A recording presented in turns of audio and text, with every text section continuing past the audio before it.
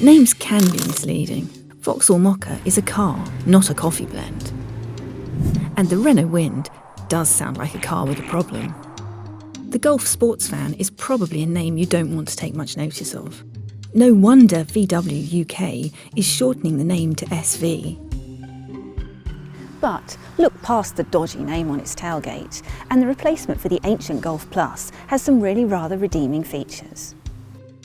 It's based on the same MQB platform as the 2013 Golf, but it is a little bit longer and a lot taller than the standard hatchback. From the front, it could easily be mistaken for any other Golf, but it does look more boxy and MPV-like from the side. At the back, there's a wider rear screen, which is great for visibility. But the SV does sit a little higher on the road than the Golf hatch or estate, and that could make it harder to load heavy items into the boot. Capacity is up by 76 litres. That's a small suitcase more than the Golf hatch, and the same amount less than the Golf estate. The boot floor can be set at the same height as the load lip, or 13 centimetres below it. Importantly, for anyone who doesn't want to get stranded by the side of the road if they get a puncture, all models except the Eco-Focus Blue Motion come with a space saver spare as standard.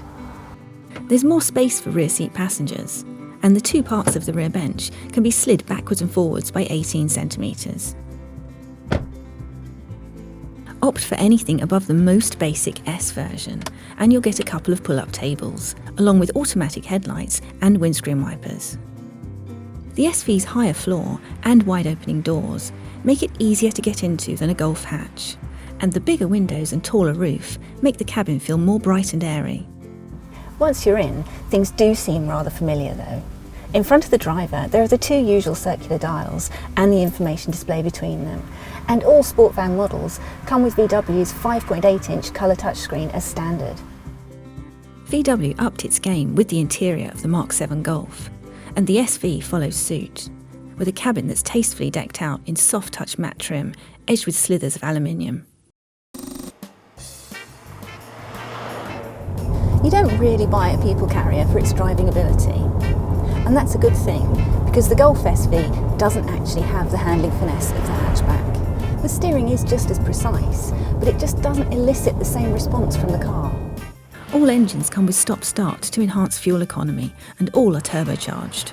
The 1.4 TSI we're driving accelerates to 60 miles an hour in under 10 seconds, yet it still claims to be reasonably fuel efficient. Follow the link to find out how this engine fared in our lab tests. The Golf SV doesn't manage to hide its extra weight and height as well as it could. It lists a little if you throw it into a corner too enthusiastically. Keen drivers should also try Ford C-Max. The cabin is wonderfully hushed though, and the ride is firm but forgiving. Whichever SV you choose, you can arm it with a raft of high-tech safety kit. One I'd avoid is lane assist, because it nudges the car back if you go over the white line, and I find that really annoying. The blind spot alert on the wing mirrors is really handy, and so is something called rear park alert. That lets you know if somebody's coming up behind you when you're trying to reverse out of a space. That's a lot of kit that could potentially go wrong and lead to costly repairs. Find out how reliable the Golf Plus has proved by clicking the link below.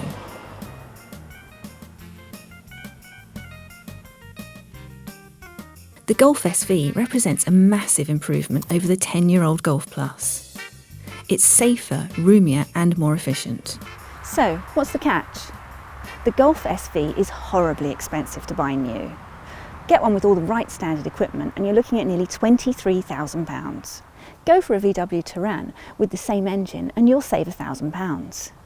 Go for a similar Ford C-Max and you'll save £3,000. If it was up to me and I was after a classy, refined people carrier, I'd wait for a year or so. I'd let someone else take the depreciation hit and I'd buy my Golf SV nearly new.